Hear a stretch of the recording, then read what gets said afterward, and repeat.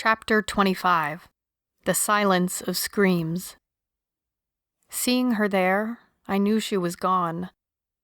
The blood pooled from her back, mixing with the blood of those two animals. Even in death, they contaminated and sickened everything they touched. David was shaking and crying, and still he tried to do right by her, reaching forward, closing her staring eyes. He said I screamed over and over and over until he brought me Jacob and thrust him into my arms. But I don't remember screaming at all. I only remember thinking how deafening the silence was. We buried her the next morning, out back, in a small overgrown garden near a clump of iris.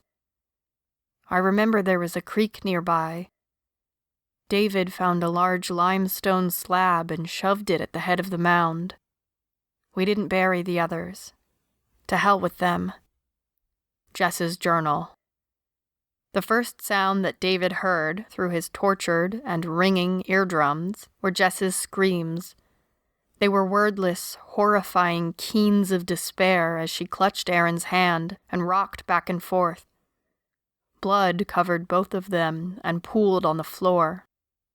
He dropped the revolver he had been clutching, watched it slide from nerveless fingers. Oh, God. He had actually killed one of them.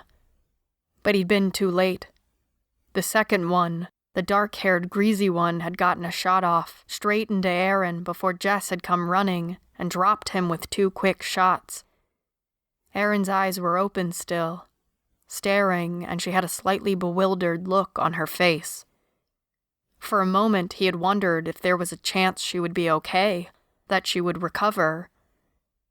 And then he saw the wound, and the blood that poured from it and from her mouth and nose.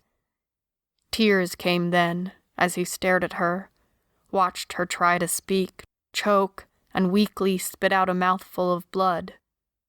Her head fell back against the wood floor, her eyes glazed, and he knew she was gone. That's when Jess had begun to scream, and it seemed as if the screams grew louder with each passing moment. He reached over, his fingers trembling, and closed Aaron's eyes. Mom's had been like that, but clouded, and he could still picture their faces. On the ground, bodies cold and stiff. Life gone.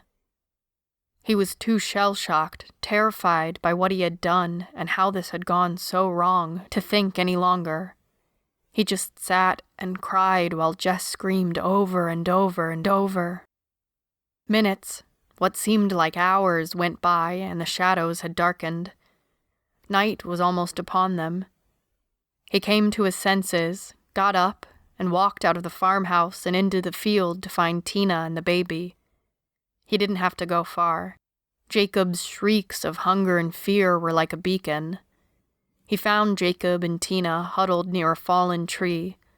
The baby howled for milk, and Tina just shook in complete terror. He hugged her to him and took Jacob into his arms. The baby's face was bright red from screaming. No amount of shushing or cooing would help. He could still hear Jess keening in the farmhouse.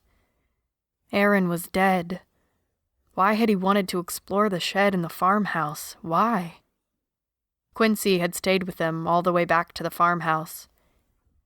She whined in response to the sounds of Jess's obvious distress, but her mistress had told her to stay with Tina, and young as she was, the pup followed orders. Tina kept a death grip on his shirt tail as he trudged back to the house with Jacob shrieking the entire way. Maybe if he could get the baby in Jess's arms, she'd calm down and feed him. Anything but that awful sound she kept making. Tina stopped in her tracks at the sight of the bodies and refused to enter the front door. Her tiny body shivered with fear. He had to pull loose from her grasp in order to get to Jess and thrust Jacob into her arms. The baby's screams triggered the mothering instinct, and she could feel her breasts fill painfully in response. Somehow Jess let go of her friend's limp and lifeless hand and stood up. She couldn't stay in this room. She made her way to the front porch, Her shrieks turned to deep, racking sobs, and finally to a half-hearted humming as she tried to calm her screaming son. Out of the room, it didn't seem real. Aaron couldn't be gone, not after all they had been through. They had survived the troops taking their town. They had survived Tent 5 and the months afterward in the cabin in the woods. They had made the long trek to Clinton and avoided the soldiers and the gunfire. And now, on their way home, to die like this? It couldn't be. Night had descended, and there were few stars, just inky shadows. David reappeared with Tina, dragging most of their supplies and equipment, and his voice was cracked, wounded when he spoke. "There's a big tree not too far away. We could stay there for tonight, Jess. It's away from the house in case others come. What do you think?" When Jess answered, she could barely manage a whisper from her raw throat. "Yeah. Okay, lead the way." It wasn't far to walk. They stumbled in the dark to the tree, pulled their blankets close to each other, and lay down on the hard ground. Jess felt the boy snuggle his back into hers. Tina wrapped in his arms and Jacob in hers. There was some comfort to feeling him wedged against her and needing reassurance. Quincy curled against her legs, whining softly. "We'll bury her in the morning and move on, in case there's more of 'em." Out of the dark came his response. "'Kay."